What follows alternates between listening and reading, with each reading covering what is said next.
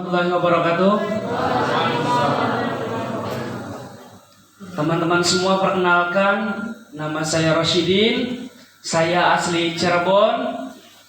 Dan hari ini di workshop leader Laskar Forbit ini, saya ingin sedikit berbagi, sedikit bercerita awal proses saya berjuang di bisnis ini.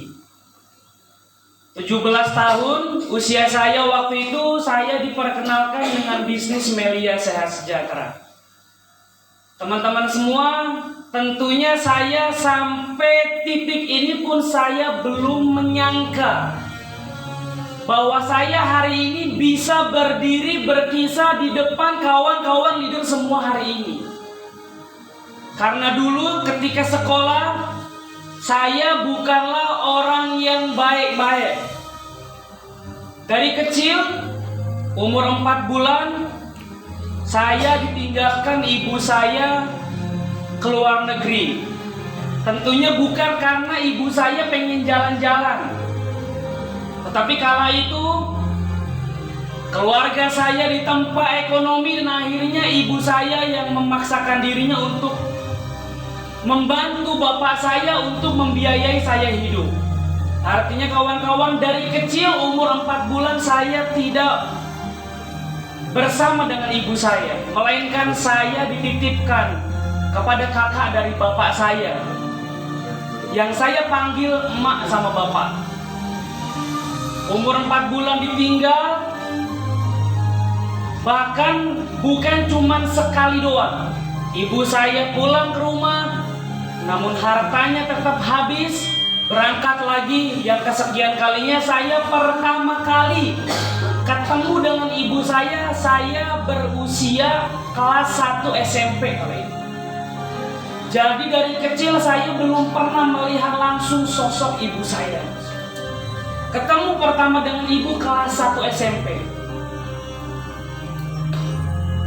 Tentunya di situ kawan-kawan, saya merasakan bahwa hidup saya dari kecil itu belum enak.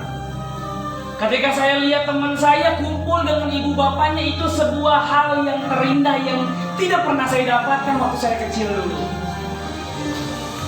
Ketika ibu saya nggak ada, tentunya bapak saya pun menitipkan saya kepada kakaknya.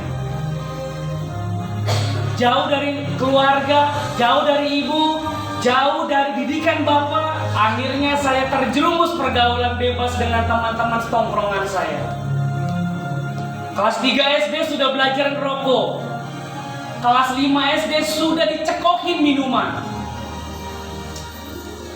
Artinya kawan-kawan, saya bukanlah orang yang suci, bukanlah orang yang baik dulunya, bukan orang dari kalangan orang putih, tapi saya terjerumus ke kalangan orang hitam.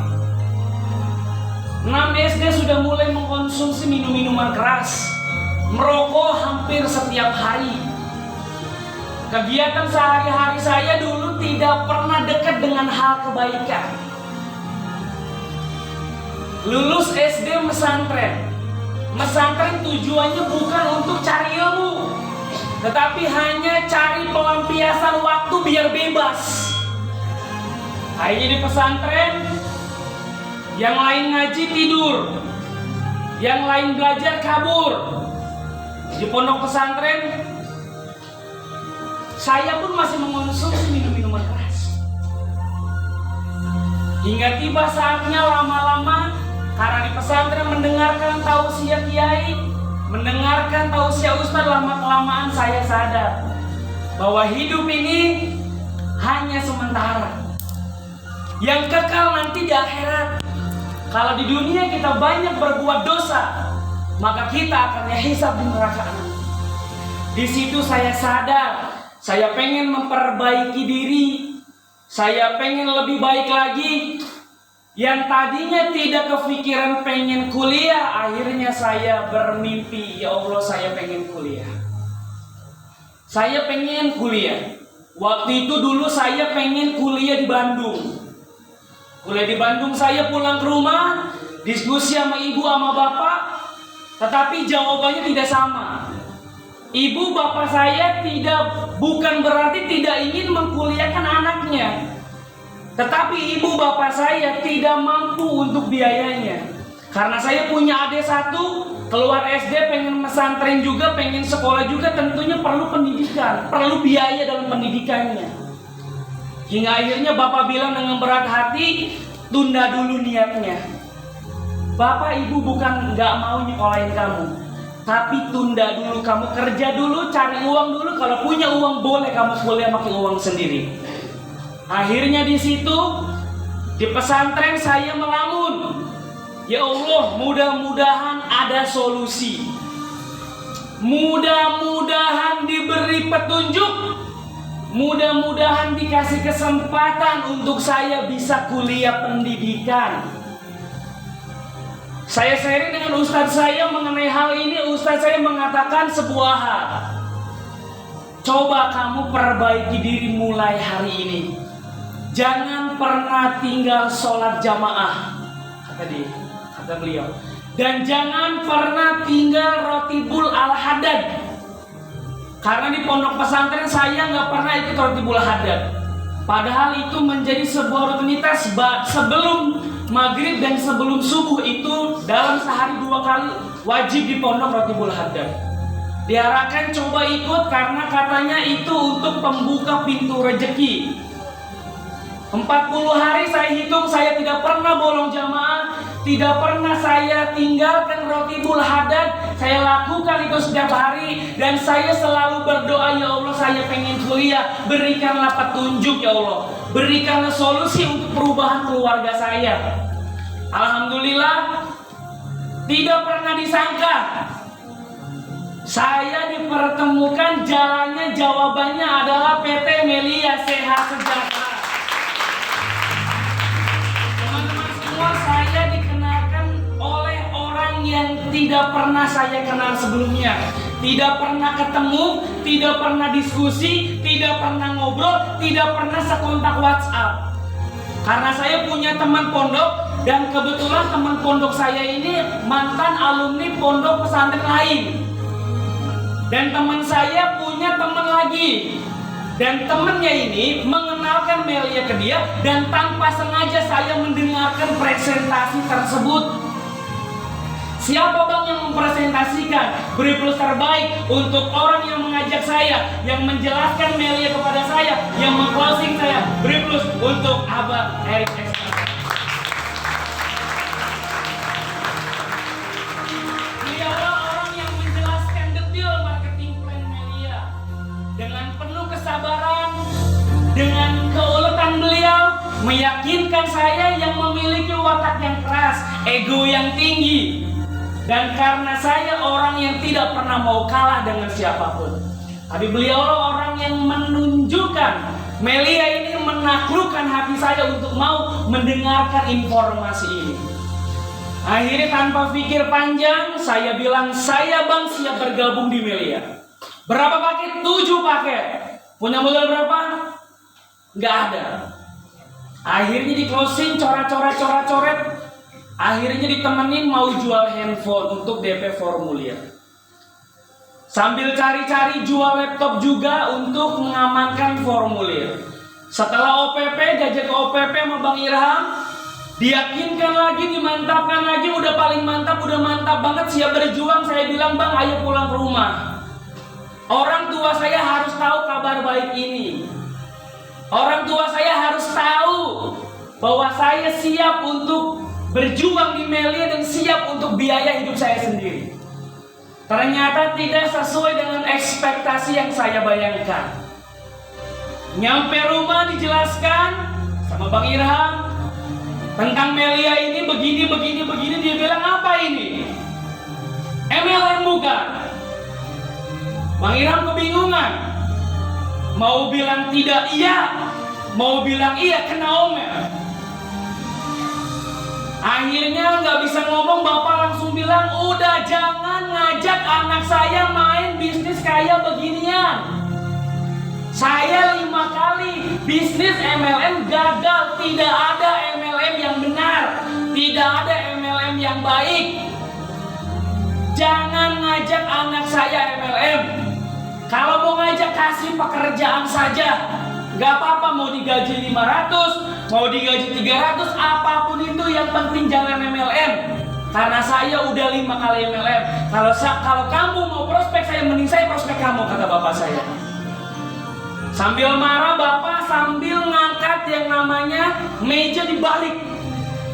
Diusirlah kami berdua dari rumah. Diseret kami berdua naikin ke mobil pick up bapak, diantarin ke pondok pesantren, disuruh pulang.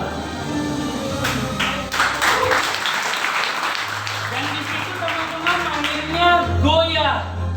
Keyakinan yang sudah mantap untuk berjuang di Melia akhirnya goyah. Saya ambil lagi uang yang sudah disetorkan, saya belikan lagi handphone. Tidak jadi saya gabung di Melia, bang, saya bilang. Kata Bang Ilham, enggak apa-apa. Yang penting kamu sudah punya niat baik. Siap, saya bilang. Beli HP lah saya pagi harinya, siangnya beliau mengimpekan ke leader saya. Ke upline-nya beliau, seorang wanita diimpekan. Akhirnya diskusi, ditanya kenapa nggak jadi gabung. Orang tua saya tidak mengizinkan. Ditembak sama beliau, pernah pacaran nggak? Pernah, saya bilang. Ngomong? Enggak. Pernah ngerokok? Pernah, saya bilang. Ngomong nggak sama orang tua? Enggak. Pernah minum minuman keras? Sering, saya bilang. Ngomong sama orang tua? Enggak. Yang gitu aja mau. Yang jelas-jelas dilarang agama pun mau. Masa hal positif yang kalau kamu perjuangkan bisa kuliah, mewujudkan impian, bisa mengumrohkan ibu bapak kamu, masa kamu gak mau berjuang? Wow. Akhirnya di situ saya memantapkan diri lagi, saya backstreet tujuan. Backstreet, diem-diem berjuang di belakang. Saya jual lagi handphonenya, pagi beli, siang dijual lagi. Gabung di bisnis ini, setelah gabung luar biasanya upline yang mengajak saya besoknya pamit izin ke Palembang. Ya Allah. Dan setelah pulang ke Palembang tidak ada kabar sama sekali. Astagfirullahaladzim. Nomor teleponnya nggak aktif, WA-nya nggak bisa dikabari. Aduh. Di situ saya berpikir jangan-jangan ternyata benar kata bapak saya sudah ditipu. Aduh. Akhirnya sempat off beberapa bulan tidak mengerjakan Melia karena saya merasa sudah ditipu. Ternyata Tuhan memberikan petunjuk lagi. Tidak disengaja teman satu SMK sudah menjadi member Melia tapi dengan tim yang berbeda tapi sama-sama Melia. Diajak lagi akhirnya merapat ke home prospeknya. Di situ saya melihat marketing plan Melia, saya melihat 5 pilar Melia, ternyata Melia betul. Pemimpinnya jelas, perusahaannya jelas, produknya jelas, bahkan ada subhanallah di Quran surat An-Nahl ayat 68-69. Marketing plan-nya dahsyat. Dan ketika ikut home prospect, di situ di closing lagi. Salah satu pematerinya bilang, "Bang, saya pernah ditipu Melia." Dia mengatakan bukan Melia yang nipu tetapi oknum. Betul. Di situ saya klik, oh, bukan Melia yang nipu saya, mungkin oknum. Waktu itu saya menganggap Bang Ilham lo oknum Melia. Astagfirullah. Setor uang bulan September, dipostingkan bulan Februari 2018 kalau nggak salah. Store September 2017 dipostingnya 2018. Dapatlah ID. Karena waktu itu dichat lagi sama upline, sama leader chat lagi, kamu yang diajak sama Ilham ya? Iya, tetapi uang saya dibawa kabur. Kata beliau, enggak, uangnya bukan dibawa kabur, tapi kamu belum lengkapin data. Dan saya baru punya kontak kamu, katanya. Terus kak gimana? Kamu masih mau ngerjain Melia nggak? Saya bilang mau kak, saya mau ngerjain Melia. Akhirnya dipostingkan, suruh bikin rekening, bikin KTP, postinglah saya tanggal 28 Februari 2018, posting dan resmi menjadi member Melia Sehat. Mulai dari situ, saya melakukan proses perjuangannya. Tidaklah semudah yang dibayangkan karena bertentangan dengan kedua orang tua. Bapak trauma MLM akhirnya Saya colong-colongan backstreet sama orang tua, sering dapat laporan dari pondok suka kabur. Karena setiap hari Minggu tidak pernah ada di pondok pesantren. OPP lagi, OPP lagi, OPP lagi. Sabtunya hilang training ke Bandung, Sabtunya hilang training ke Bandung, Sabtunya hilang training ke Bandung. Karena guru saya mengatakan jangan pernah bolong training apapun alasannya. Dan diajarkan cara sukses di Melia, ISN 100% dan trust to upline, trust to leader. Upline mengatakan jangan pernah borong training apapun alasannya. Akhirnya dengan berat hati harus memilih. Saya milih perjuangkan Melia karena saya sadar kalau tidak berjuang sekarang saya nggak bisa kuliah. Kalau tidak berjuang sekarang apa kabar dengan keluarga saya? Ibu hanya ibu rumah tangga, bapak tidak punya pekerjaan, hanya menjadi buruh tani, nggak punya sawah. Kalau saya tidak berjuang di Melia, kalau saya hanya minta uang buat bayar sekolah, bayar kuliah, bayar pondok, pasti orang tua tidak akan mampu. Akhirnya saya berjuang di Melia, subhanallahnya, akibat saya terus konsisten, terus berjuang, yang saya lakukan adalah perbanyak etos kerja setiap hari. Nggak punya ilmu, nggak pernah sharing dengan upline leader, tetapi yang saya tahu, saya pahami, pokoknya di Melia setiap hari harus prospek, kenalkan orang siapapun itu. Jadi setiap hari saya konsisten kenalkan Melia, tanpa melihat apapun statusnya, tanpa melihat apakah dia potensial atau tidak potensial. Saya tidak pernah melihat ini potensial, ini potensial, enggak. Saya tidak pernah melihat orang tersebut potensial atau tidak potensial. Karena kalau saya milih potensial atau potensial, mungkin saya bukan potensial, mungkin saya bukan orang yang potensial. Tetapi upline saya Bang Irham tidak melihat itu. Karena beliau percaya siapapun bisa mengerjakan Melia. Dan sampai sekarang pun saya tidak pernah membenci Bang Irham, tetapi saya menyayangi beliau. Karena tanpa beliau tidak akan ada saya dan tidak akan ada. Akhirnya awal-awal saya ambil hikmah ditinggal sama upline. Karena jauh dengan upline, sadar diri, mau tidak mau uang sudah keluar, akhirnya saya harus belajar. Saya harus latih 5 pilar, saya harus baca marketing plan, dan saya harus prospek setiap hari sendiri. Alhamdulillah, ketika saya konsisten prospek, lakukan prospek lagi, prospek lagi, prospek lagi, prospek lagi, training lagi, prospek lagi, training lagi, prospek lagi, training lagi, konsisten prospek training, akhirnya saya dipertemukan. Karena saya konsisten, alhamdulillah punya home prospek. Punya home prospek, akhirnya punya kegiatan setiap bulan, setiap hari, setiap minggunya. Dan alhamdulillah, akibat konsisten melakukan perjuangan, tercapailah prestasi pertama membeli 1 unit Honda CBR 150 pertama dari hasil dari pajak ringan saya. Disitulah momentum terindahnya. Saya diperkenalkan sama guru saya, malaikat tanpa sayap saya, yang selama ini bahkan sampai detik ini selalu konsisten membina saya, cerewet, mengarahkan yang terbaik, dan selalu membentuk karakter saya jauh lebih baik, berinfluence untuk guru kita semua, Abang Dendra. Ketika saya berjuang punya prospek, punya motor, alhamdulillah akhirnya saya dikenalkan dengan beliau. Mungkin kalau saya tidak berjuang, kalau saya tidak prospek, kalau saya tidak membuktikan prestasi, mungkin sampai sekarang pun saya tidak akan pernah kenal dengan beliau. Beliau adalah abang, orang tua, dan guru yang terus konsisten mengarahkan satu demi satu langkah yang baik untuk mengerjakan Melia. Hingga akhirnya jaringan makin bertumbuh, makin berkembang, tetap konsisten lakukan prospek setiap hari, dampingi jaringan, follow setiap hari. Tetapi Tuhan memberikan ujian yang lain. Diuji sedikit lagi, jaringannya sudah bertumbuh, punya OPP, punya home sharing, seketika hilang.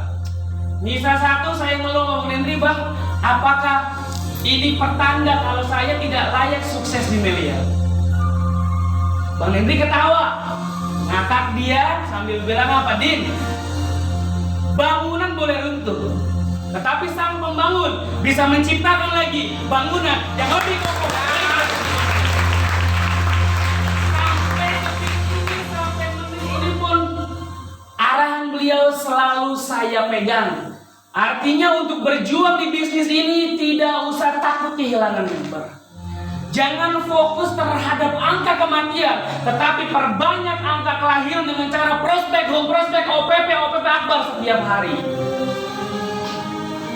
Berjuang lagi di Melia, alhamdulillah, karena konsisten mengikuti arahan upline, arahan guru, ISN, dan support system dari Sabang sampai Merauke. Saya kerjakan Melia, alhamdulillah. Tepat 2019 ketika malam tahun baru, ketika takbir tahun baru, bukan tahun baru ya, ketika malam Idul Fitri takbir berkumandang, alhamdulillah saya memarkirkan 1 unit kendaraan roda 4 untuk kedua orang tua saya.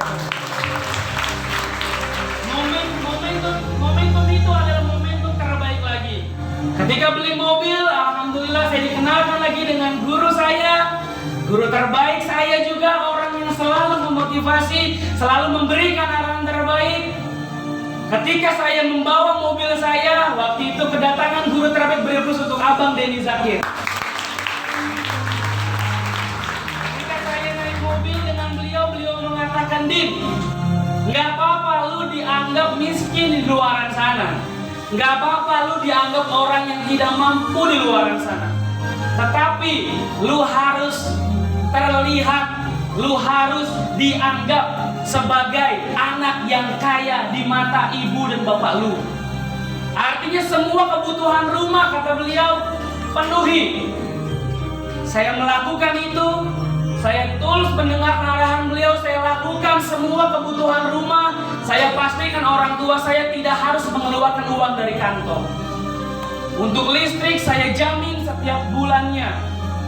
Untuk sayur belanja lain-lain saya jamin setiap bulannya. Alhamdulillah berkahnya luar biasa. Berkahnya sangat luar biasa yang tidak pernah disangka-sangka. Jaringan semakin berkembang, semakin melesat, semakin mudah mengerjakan Melia Sehat Sejahtera.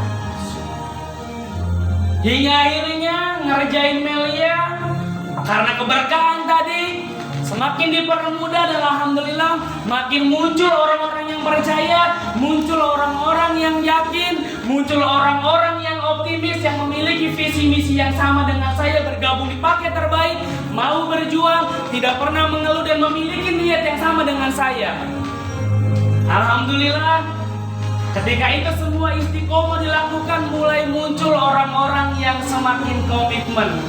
Orang-orang yang berprestasi dari mulai beli kepingan emas, beli handphone, beli motor, dan alhamdulillah 2 orang yang berjuang dari awal dengan saya hari ini memiliki mobil semua.